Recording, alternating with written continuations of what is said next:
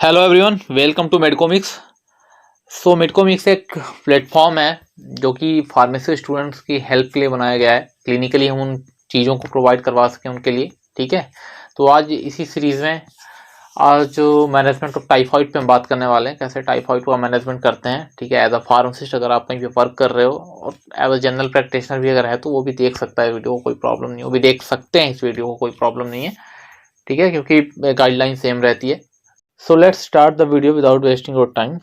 So typhoid and para typhoid fever के बारे में अगर कॉमनली देखा जाए तो लोगों के पास इतना नॉलेज होता है जो मेडिकल फील्ड से हैं या बायोलॉजिकल मतलब बायोलॉजी फील्ड से हैं, तो इतना तो पता होता है कि एक बैक्टीरियल डिसीज होती है। ठीक है, इसका कॉजेटिव एजेंट जो है साल्मोनेला टाइफी या पैराटाइफी होता है। ठीक है, अगर इन्फेक्शन की बात की जाए तो सबसे जो पहला ऑर्गन होता है जो अफेक्ट होता है इससे इंटेस्टाइन होता है। मेनली स्मॉल इंटेस्टाइन का जो इलियम वाला पार्ट होता है, डिस्टल इलियम वाला पार्ट होता है, वो ज़्यादा अफेक्ट होता है, इसलिए इसको एंटेरिक फीवर भी बोलते हैं। ठीक, सिस्टमिक होता है because after affecting the distal ileum, उसके बाद ये ब्लड स्ट्रीम में जाता है, then it came in blood stream. Then जो ऑर्गन्स और होते हैं लाइक गॉल ब्लैडर हो गया, स्प्लीन हो गया, बहुत सारे ऑर्गन्स को, मल्टीपल ऑर्गन्स को अफेक्ट करता है।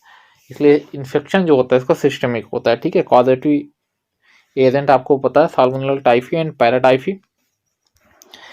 इंक्यूबेशन पीरियड अगर हम देखते हैं इसका तो 4 वीक्स का होता है एंड 5 to 30 डेज बोल सकते हैं इसका इंक्यूबेशन पीरियड रहता है। इंक्यूबेशन पीरियड मीन्स कि जब इन्फेक्शन आपको स्टार्ट हुआ, ठीक है, और उसके बीच में जो पहला सिम्टम अपीयरेंस होता है, जो appearance of the first symptom of appearance होता है, उसके बीच का जो टाइम होता है इंक्यूबेशन पीरियड उसको बोलते हैं। ठीक है, मतलब कब आपको बैक्टीरिया से आप अफेक्ट हुए और कब आपका पहला सिम्टम अपीयर हुआ। ठीक है, उसके बीच का जो टाइम होता है वो इंक्यूबेशन पीरियड टाइम बोला जाता है, इंक्यूबेशन टाइम बोला जाता है बेसिकली।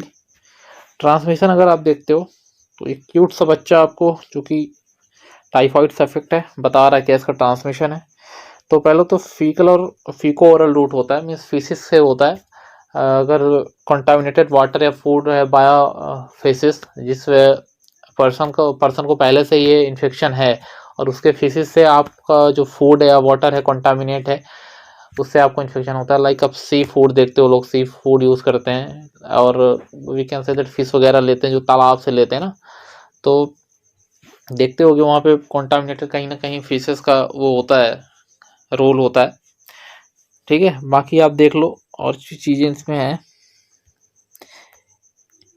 ठीक है, फूड आउटलेट जो होते हैं उससे होता है, कंटामिनेटेड फूड वाटर से होता है। ठीक है, ईटिंग रॉ वेजिटेबल्स, ये सारी जो कंटामिनेटेड मिल्क वगैरह होता है उससे भी होता है। ठीक है, ये होता है ट्रांसमिशन का जरिया।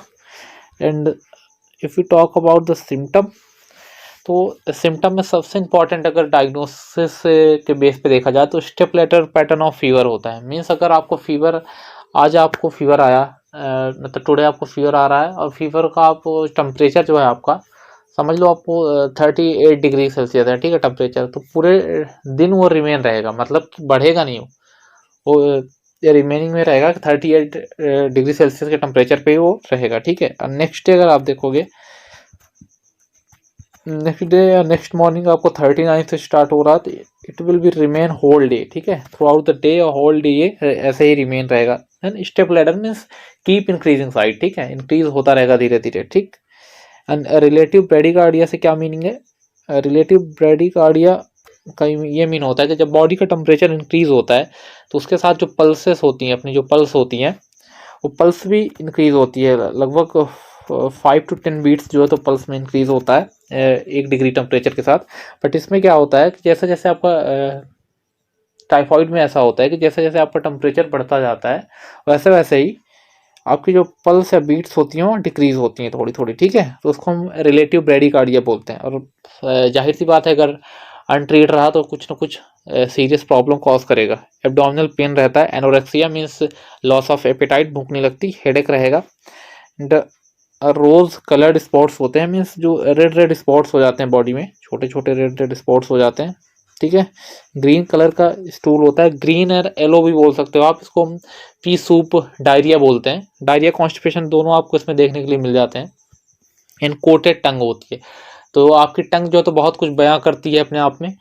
लाइक उसके different different colour, different different infection या और चीज़ों को भी बताते हैं, तो उस पर भी कभी चर्चा करेंगे आप। अभी अपना टॉपिक दूसरा है, कोटेड टंग की बात करते हैं तो उसका वाइट अपीयरेंस हो जाता है बेसिकली। ये देखो यहाँ पे वाइट अपीयरेंस है, तो वाइट अपीयरेंस हो जाता है, ठीक है। ये देखो यहाँ पे ज़्यादा अच्छा क्लियर दिखाई दे रहा है, वाइट अपीयरेंस हो जाता है। एंड अगर रोज स्पॉट की बात करते हैं तो ये रोज स्पॉट हो गया, ठीक है, कोटेड टंग हो गई, ये सारी चीज़ें आपको after 2 weeks sorry after 1 week देखने के लिए मिलती है। जब 2 वीक का स्टार्टिंग में वो होता है तब देखने के लिए सारी चीज़ें आपको मिलती हैं, ठीक है। स्टार्टिंग में तो आपको फीवर रहेगा, ठीक है, हेडेक रहेगा, फीवर हो गया, हेडेक हो गया, हो सकता है कि डायरिया थोड़ा बहुत हो, ठीक है, ज़्यादा तो नहीं, एब्डोमिनल पेन रहता है, ये सारी चीज़ें स्टार्टिंग में रहती हैं। तो अगर आपके पास प्रॉपर सेटअप नहीं है तो इससे भी आप डायग्नोस कर सकते हो, ठीक है। और मतलब 3 से 4 दिन के लिए अगर परसिस्टेंट ऐसे इंक्रीज है, फीवर 38 डिग्री से ज़्यादा है आपका फीवर 3 से 4 दिन, तो आप डायग्नोस कर सकते हो, कहीं ना कहीं हो सकता है ये। साथ में हेडेक है, एब्डोमिनल पेन है, ठीक है, ये सारी चीज़ें। देखो यहाँ पे ये छोटे छोटे दिख रहे हैं ना डॉट डॉट रेड कलर के, ये हो गया, ये रोज स्पॉट होते हैं, ठीक है। चलो सम टाइम क्या होता है, बट ये रेयरली होता है बेसिकली, हमेशा नहीं रहता, रेयरली देखने के लिए मिलता है कि कभी कभी जो बैक्टीरिया है साल्मोनेला टाइफी, ये ट्रिपल बी को क्रॉस कर जाते हैं, ब्लड ब्रेन बैरियर को क्रॉस कर जाते हैं, जिसकी वजह से मेनिंजाइटिस और भी न्यूरोलॉजिकल जो सिम्टम्स होते हैं देखने के लिए मिल सकते हैं, ठीक है। तो इसमें अपन फिर सीवियर कंडीशन में सेप्टाइक्सोन वगैरह यूज़ करते हैं, सिफेलोस्पोरिन 3rd जनरेशन जो होता है, पेरेंट्रल, ये सारी चीज़ें। एंड पैथोजेनेसिस की अगर बात करते हो तो पैथोजेनेसिस में लार्ज नंबर ऑफ बैक्टीरिया, अगर ओरली इंजेस्ट कर रहे हो तुम large number of bacteria salmonella typhi का, तब भी इन्फेक्शन होगा भी आपको। अगर नॉर्मल लेवल पे है या तो थोड़ा सा लो लेवल पे है बैक्टीरिया का इंजेक्शन, तो इतना ज़्यादा इन्फेक्शन देखने को मिलता नहीं है साल्मोनेला टाइफी का, ठीक है। लाइक सीजेला वगैरह का थोड़ा सा भी अगर इन्फेक्शन है तो बहुत ही ज़्यादा, बहुत जल्दी आपको देखने के लिए मिल जाता है। फिर वो सबसे पहले अफेक्ट करता है स्मॉल इंटेस्टाइन का, देन मल्टीपल ऑर्गन्स को अफेक्ट करता है, ठीक है। डायग्नोस्टिक टेस्ट के बारे में अगर बात करते हैं हम, तो विडाल टेस्ट अब ज़्यादा यूज़ में नहीं है, मतलब ज़्यादा जितना सेंसिटिव होना चाहिए लेस सेंसिटिव टेस्ट है विडाल टेस्ट। अगर आपको प्रीवियसली कभी टाइफाइड हुआ है तो भी पॉजिटिव आ सकता है, इन केस ऑफ मलेरिया भी विडाल टेस्ट जो है तो पॉजिटिव आ सकता है। इसलिए विडाल टेस्ट अब इतना प्रेफरेबल टेस्ट नहीं होता, बट स्मॉल सेटअप में PHCs में प्राइमरी हेल्थ सेंटर्स में यही अभी भी प्रेफर किया जाता है। बट आप जा सकते हो, और भी टेस्ट होते हैं, ब्लड कल्चर के लिए जा सकते हो, ब्लड कल्चर है आपके पास, स्टूल कल्चर होता है, बट ब्लड कल्चर अच्छा स्पेसिफिक होता है, एंड बोन मैरो कल्चर है। और उससे भी अगर नहीं होता तो टाइफी.M के लिए आप जा सकते हो, ये ICM का लेवल बताती हैं, ये भी स्पेसिफिक होता है, अच्छा खासा टेस्ट है, ज़्यादा कॉस्ट नहीं होता, अफोर्डेबल होता है, 400-500 में हो जाता है, ठीक है। प्रिवेंशन की बात करते हैं अगर, तो प्रिवेंशन में ये है कि अपना हाथ को जो है तो वॉश करते रहो, hand wash, and boiled water का यूज़ करिए आप, ठीक है। ये सारी चीज़ें आप देख लेना। Then move on the treatment देख लेते हैं क्या है इसका। तो एक अनकॉम्प्लिकेटेड जो टाइफाइड है, जिसमें अपना CVS CNS ये सब इन्वॉल्वमेंट नहीं है, नॉर्मल है, तो अपन उसमें देख लेते हैं पहले क्या चीज़ होती है, ठीक है।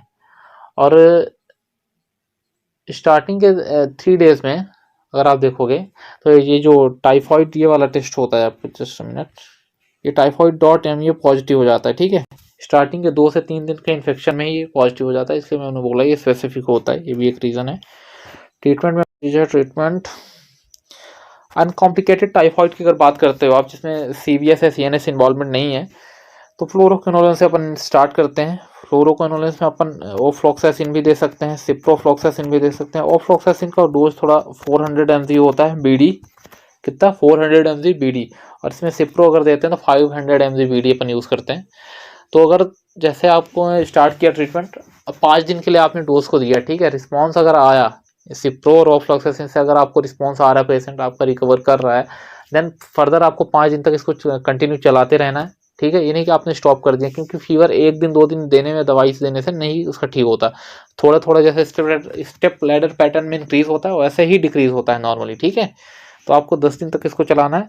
अगर आपका फ्लोरोक्विनोलोन से काम नहीं हो रहा है, मतलब कोई रिस्पॉन्स अगर पेशेंट का नहीं आ रहा, तो उस पर आप ऐड कर सकते हो सिफेलोस्पोरिन जैसे है, तो आप सेफेक्सिम ऐड कर सकते हो, बेसिकली आप ऐड करोगे थर्ड फोर्थ जनरेशन यही ऐड करते हो, 1 एंड सेकंड जनरेशन जो सेफेलोस्पोरिन्स होते हैं इसमें वर्क नहीं करते हैं, ठीक है, क्योंकि बेसिकली ग्राम पॉजिटिव बैक्टीरिया के लिए होते हैं। सो सेफेक्सिम हो गया अपना, ठीक है, सेफेक्सिम को आप ऐड कर सकते हो साथ में ऑफ्लॉक्सासिन के। अगर रिस्पॉन्स आ गया है 5 दिन तक इसको भी चलाओगे आप, 5 दिन तक आप दे रहे हो, 200 mg BD रहता है बेसिकली इसका डोज, तो 5 डे तक इसको कंटिन्यू करोगे आप। अगर इफेक्ट आ रहा है तो आप ऑफ्लॉक्सासिन को डिसकंटिन्यू कर दोगे, फिर 5 दिन के लिए फिर से कंटिन्यू रखोगे, तो 10 दिन इसका सेफेक्सिम का भी पूरा हो जाएगा, ठीक है। अगर सेफेक्सिम से भी कॉम्बिनेशन से भी नहीं आ रहा तो देन आप ऑफ्लॉक्सासिन सेफेक्सिम दोनों ऐड करके देख लिया और फिर भी रिस्पांस नहीं आ रहा पेशेंट का कुछ भी, तो फिर आपको एजिथ्रोमाइसिन मींस मैक्रोलाइड्स की तरफ जाना है, ठीक है। एजिथ्रोमाइसिन को भी ऐसे ही चलाना है आपको। अगर इफेक्ट एजिथ्रोमाइसिन से आ रहा है तो एजिथ्रोमाइसिन को भी 5 दिन आप कंटिन्यू कर सकते हो आगे, मीन्स 10 दिन तो आपको कोई भी अगर दे दो तो चलाना है। अब बेसिकली अभी के टाइम पे क्या हो रहा है कि अपन डायरेक्टली मोनोथेरेपी को छोड़ के मल्टीपल थेरेपी ऐसे चले जा रहे हैं कि अपने सेफेक्सिम और इसका ऑफ्लॉक्सासिन का कॉम्बिनेशन यूज कर दिया, तो देखो उससे कुछ ज़्यादा इफेक्ट अभी देखने के लिए मिला नहीं है। गाइडलाइंस यही बोलती हैं कि ऐसे ही आपको ट्रीट करना चाहिए।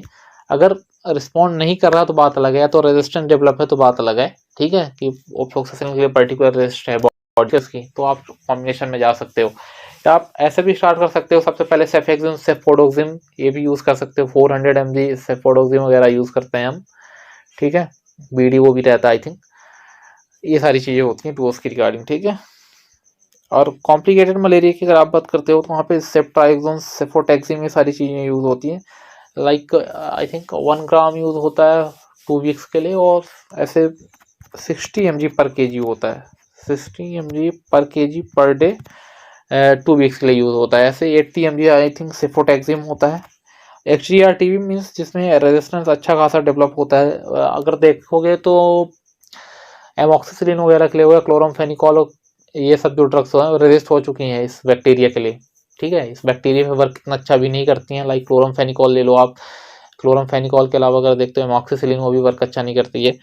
तो इसके लिए आप कार्बापेनम, जो कार्बापेनम में बहुत सारी ड्रग आती हैं, लाइक मोनोपेनम वगैरह आती है, मेनोपेनम आती है, इटोपेनम, ये सारी चीज़ें और ड्रग्स होती हैं जो पेनम वाली, इसको भी IV आप दे सकते हो। Basically I think 1 gram use होता है TDS, ठीक है, 10 to 14 डेज के लिए यूज़ करते हैं हम। ये भी IV दिया जाता है, सेफ्ट्राइजोन सेफोटेक्सिम भी IV दिया जाता है। तो ये इसका ट्रीटमेंट था। तो आपको ट्रीट नहीं करना है। अगर एज अ फार्मासिस्ट स्टूडेंट देख रहे हो आप, तो जब कभी भी आप वर्क करते हो फार्मासिस्ट की तरह, तो आपको डॉक्टर के डायग्नोस के बाद ही आपको इसको डिस्पेंस करना रहता है ड्रग को। इतना आपको पता होना चाहिए आपका वर्क क्या है, टू डिस्पेंस और compounding the drug, not to diagnose the patient और डायग्नोस द डिसीज, ठीक है। तो डॉक्टर का काम है वो अपना करेंगे, आपको अपना काम करना है, जिससे कहीं ना कहीं आपका एग्जिस्टेंस भी बना रहे। जैसे जैसे आपका एग्जिस्टेंस वैसे भी घट रहा है, कुछ दिनों में शायद विलुप्त होने के कगार पे आ सकता है, इसलिए ठीक है थोड़ा क्लिनिकली भी जाओ। सो अगर वीडियो अच्छा लगा हो तो शेयर करें।